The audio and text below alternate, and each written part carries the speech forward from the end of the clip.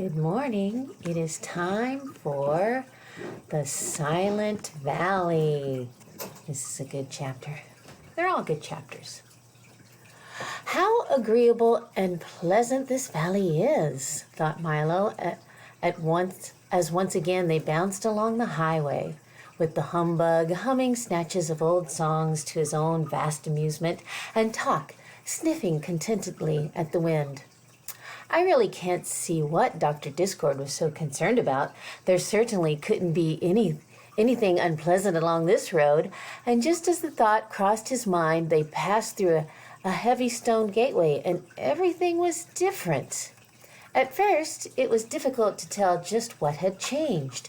It all looked the same, and it all smelled the same, but for some reason, nothing sounded the same.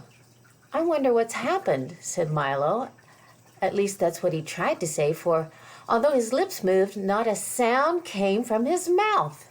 And suddenly he realized what it was, for Talk was no longer ticking, and the humbug, although happily singing, was doing so in complete silence. The wind no longer rustled the leaves, the car no longer squeaked, and the insects no longer buzzed in the fields. Not the slightest thing could be heard, and it felt as if, in some mysterious way, a switch had been thrown, and all the sound in the world had been turned off at that instant. The humbug suddenly realized what had happened, leaped to his feet in terror, and Talk worriedly checked to see if he was still keeping time. It was certainly a strange feeling to know that no matter how loudly or softly you chattered or rattled or bumped, it all came out the same way, as nothing. How dreadful, thought Milo as he slowed down the car. The three of them began to talk and shout at once with absolutely no result until, hardly noticing where they were going, they had driven into the midst of a large crowd of people marching along the road. Some of them were singing at the top of their non-existent voices, and the others were carrying large signs which proclaimed, "Down with silence! All quiet is no diet! It's laudable to be audible!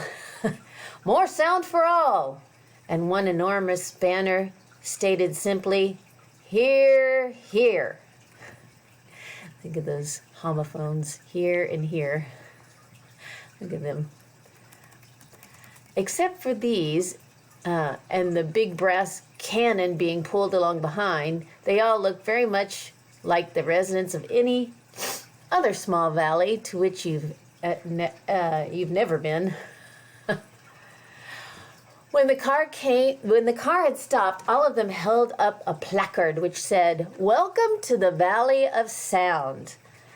And the others cheered as loudly as possible, which was not very loud at all. "Have you come to help us?" asked another, stepping forward with this question. I'm having a lot of misspeaking today.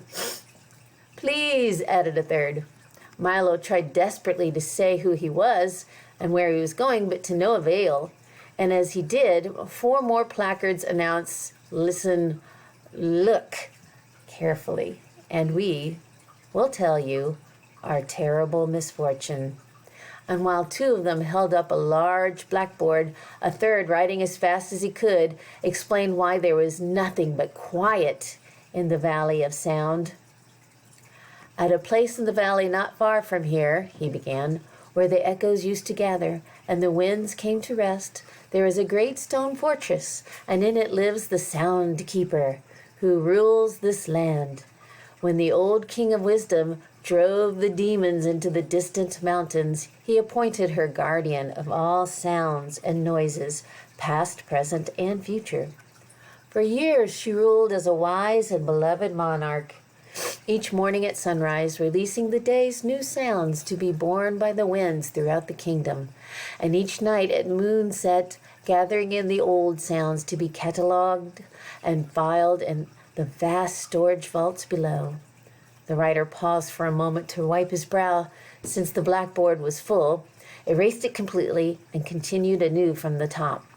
She was generous to a fault and provided us with all the sound we could possibly use for singing as we worked, for bubbling pots of stew, for the chop of an axe and the crash of a tree, for the creak of a hinge and the hoot of an owl, for the squish of a shoe in the mud and the friendly tapping of rain on the roof, and for the sweet music of pipes and the sharp snap of winter ice cracking on the ground. He paused again as a tear of longing rolled from his cheek to lip with the sweet salty taste of an old memory. And since I have to start my school day, I will leave it there in the middle of the story of the Valley of Sound. Until next time.